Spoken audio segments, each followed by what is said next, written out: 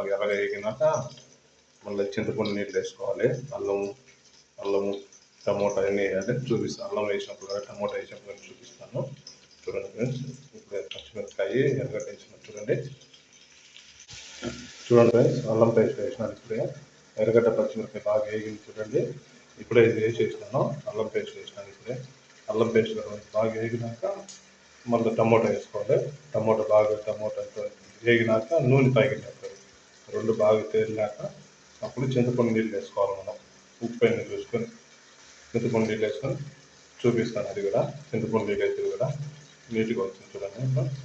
మనం చేపలు అన్నీ క్లీన్ చేసి పెట్టుకుంటాం కదా, అన్నీ కూడా చూపించాను. చేపలు క్లీన్ చేసి పెట్టుకునేది కూడా చూపిస్తాను. ఇప్పుడు వేసినాను చూడండి ఫ్రెండ్స్, టమోటా కూడా వేసినాను. ఇప్పుడు కొంచెం మూత పెట్టుకోవాలి. మూత పెట్టుకున్నాను. టమోటా కూడా వేసినాను. టమోటా వేగినాక అల్లం పేస్ట్ రెండు బాగా వేగితే నూనె పైకి ఎర్రగా తేలుతుంది. అప్పుడు పచ్చివాసన పోతుంది. పచ్చివాసన పోయినాక మనం చింతపండు కలిపి పెట్టుకుంటాం కదా, చింతపండు చూపిస్తాను నానబెట్టుకునేది. అది కూడా చూపిస్తాను. కలిపి పెట్టినాక చూపిస్తాను. అది కూడా టమోటా కొంచెం వేగినాక చింతపండు నీళ్ళు వేసుకోవాలి. చూడండి, చింతపండు నీళ్ళు కూడా కలిపి పెట్టుకున్నాను. ఇప్పుడు ఒక 5 నిమిషాలు చూసుకొని టమోటా వేగిందో లేదు చూసుకొని అల్లం పేస్ట్ రెండు చూసుకొని చింతపండు నీళ్ళు వేయాలి. కలిపి పెట్టినా చూడండి. చింతపండు నీళ్ళు వేసిన కూడా చూపిస్తాను. చూడండి, చింతపండు నీళ్ళు వేసినాను.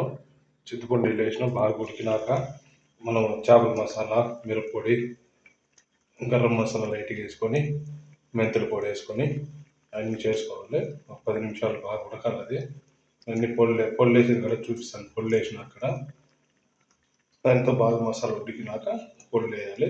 చూపిస్తాను. పొళ్ళు వేసేప్పుడు కూడా చూపిస్తాను. చూడండి ఫ్రెండ్, ఇప్పుడే గరం మసాలా వేసిన, మిరప్పొడి వేసిన, మిరప్పొడి గరం మసాలా రెండు వేసిన. ఒక 10 నిమిషాల తర్వాత మనం ఇది వేసుకోవాలి.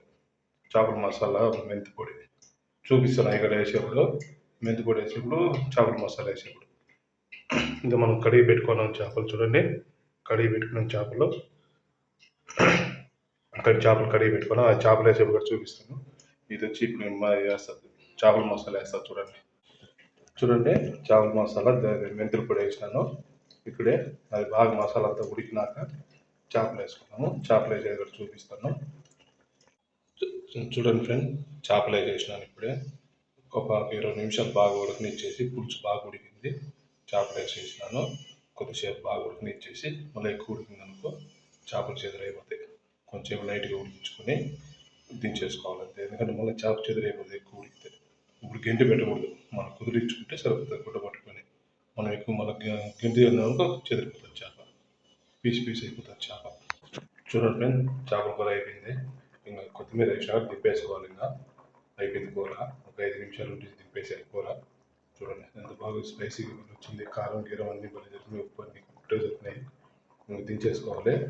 ఒక 5 నిమిషాలు చూసుకొని దించేసుకోవాలి. కొత్తిమీర వేసిన ఇప్పుడే ఒక 5 నిమిషాల నుంచి దింపేసేయాలి. బాగా వచ్చింది స్పైసీగా.